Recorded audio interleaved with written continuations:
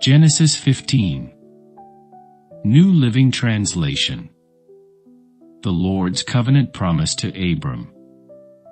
Some time later, the Lord spoke to Abram in a vision, and said to him, "Do not be afraid, Abram, for I will protect you, and your reward will be great."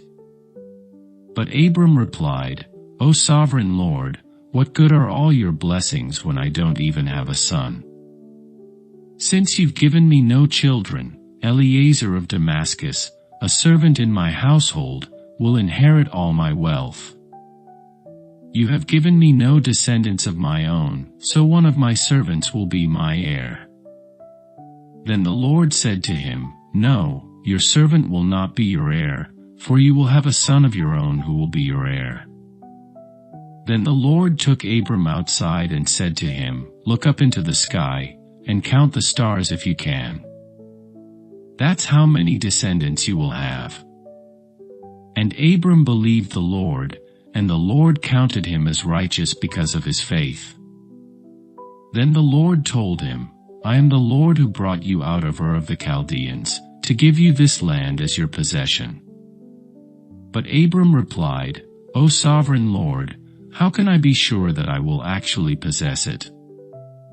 The Lord told him, "Bring me a 3-year-old heifer, a 3-year-old female goat, a 3-year-old ram, a turtle-dove, and a young pigeon."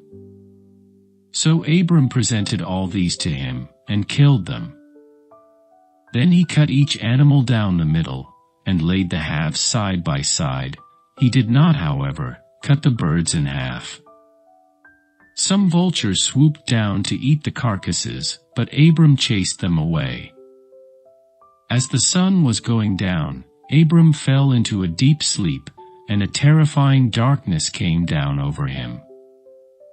Then the Lord said to Abram, "You can be sure that your descendants will be strangers in a foreign land, where they will be oppressed as slaves for 400 years. But I will punish the nation that enslaves them, and in the end, they will come away with great wealth. As for you, you will die in peace and be buried at a ripe old age.